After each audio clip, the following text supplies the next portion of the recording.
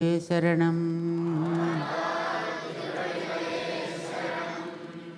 புள்ளும் சிலும்பினகான்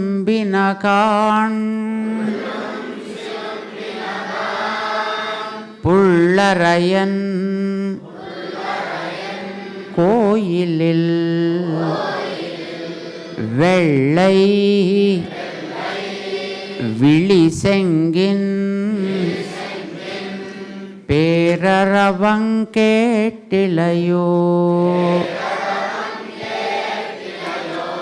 பிள்ளாய்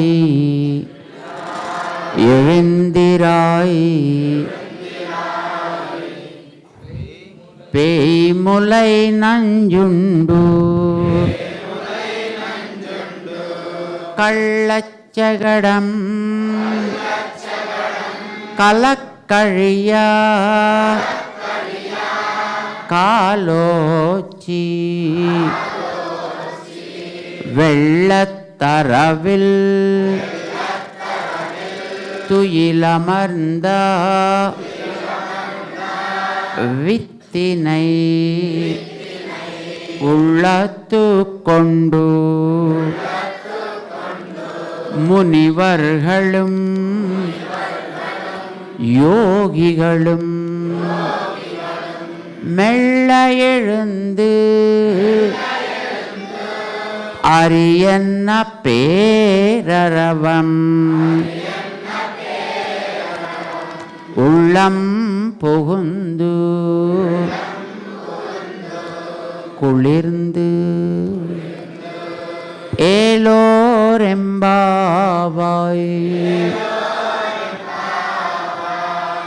ఆండాళ్ తిరువడిగలే శరణం. ఆండాళ్ తన స్నేహితులందర్నీ కలుపుకొని చేయడానికి సంకల్పించిన దివ్య వ్రతమే తిరుప్పావై వ్రతం. అంటే ఈ వ్రతంలోని ముఖ్యమైన భాగం ఎక్కువ మందిని కలుపుకొని భగవత్ కార్యక్రమాలలో పాల్గొనడం అని మనం అర్థం చేసుకోవాలి. ఇక ఆండాళ్ ఈ వ్రతాన్ని ప్రారంభిస్తూ స్నేహితులందర్నీ కలుపుకోగా కొంతమంది గోపబాలికలు వచ్చినట్లుగా కనిపించలేదు కనుక వారిని కూడా కలుపుకొని వ్రతాన్ని ప్రారంభించాలి అనే భావనతో ఒక్కొక్క గోపిక ఇంటికి వెళ్లి వారిని నిద్ర మేల్కొల్పి తమతో కలుపుకుంటూ ముందుకు సాగింది ఆండాళ్ గోష్ఠి. 6వ పాసురం యొక్క తాత్పర్యం ఇప్పుడు మనం తెలుసుకుందాం. ఆండాళ్ గోష్ఠి ఒక్కొక్క గోపబాలిక ఇంటికి వెళ్లి తలుపు తట్టి మరీ ఆ గోపబాలికను నిద్రలేపుతోంది. మొదటి గోపబాలిక ఇంటికి వెళ్ళింది. ఎలా నిద్రలేపిందో తెలుసా? ఓ పిల్లా, ఆహారాన్ని సంపాదించుకోవడం కోసం తెల్లవారుఝామునే పక్షులన్నీ లేచి కూస్తున్నాయి కదా, ఆ పక్షులకు నాయకుడు గరుత్మంతుడు. ఆ గరుత్మంతునికి స్వామి అయిన శ్రీ మహావిష్ణువు ఆలయంలో తెల్లని శంఖం యొక్క పెద్ద ధ్వని నీకు వినిపించడం లేదా? మరిఖరే మేలుకో అంటోంది ఆండాళ్ తల్లి. అలాగే ఇంకా ఏం చెప్తోందో తెలుసా?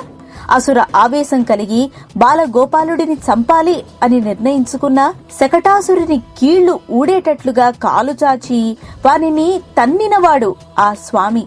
ఆయనెవరనుకుంటున్నావు?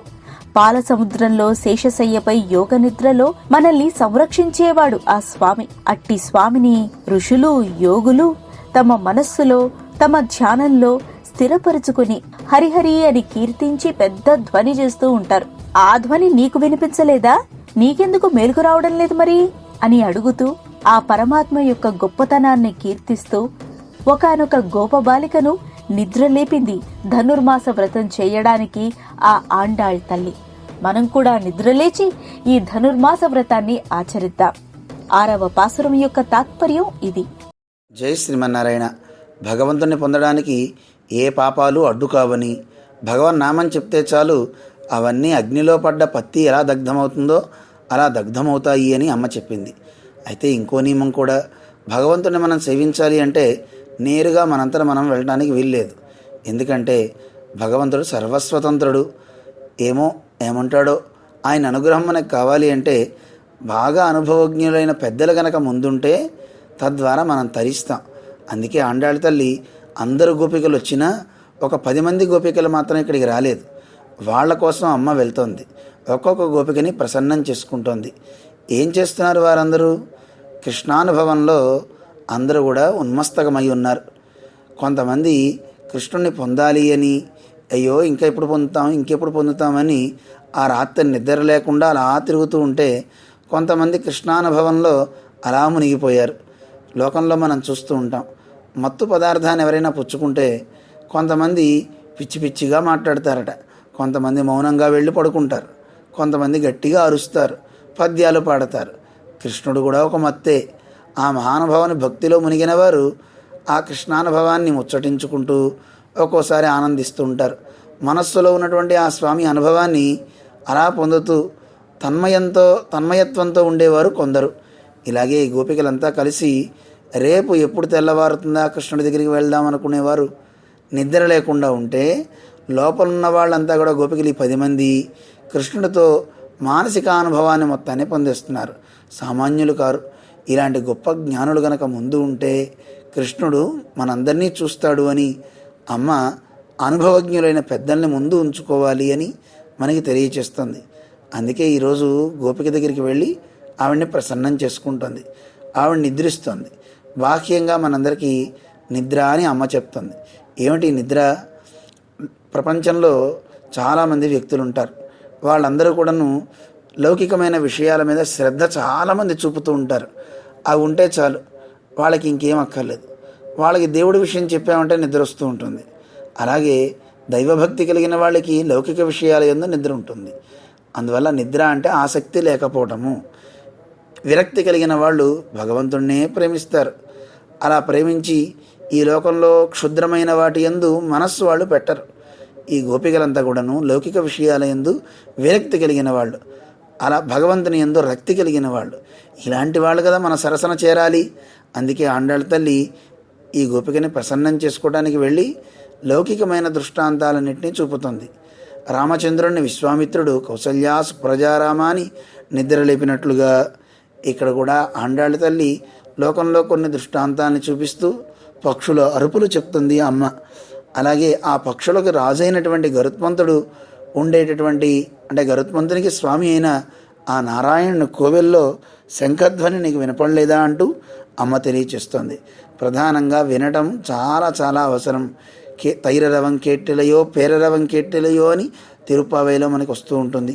అంటే శబ్దాన్ని వినాలి, శబ్దమే మనకి ప్రమాణము. అన్ని భక్తుల్లో మొట్టమొదటిది కూడా శ్రవణమే గనక శ్రవణం చేయలేదా అని అడుగుతుంది అమ్మ. ఏమని అడుగుతుంది అమ్మ?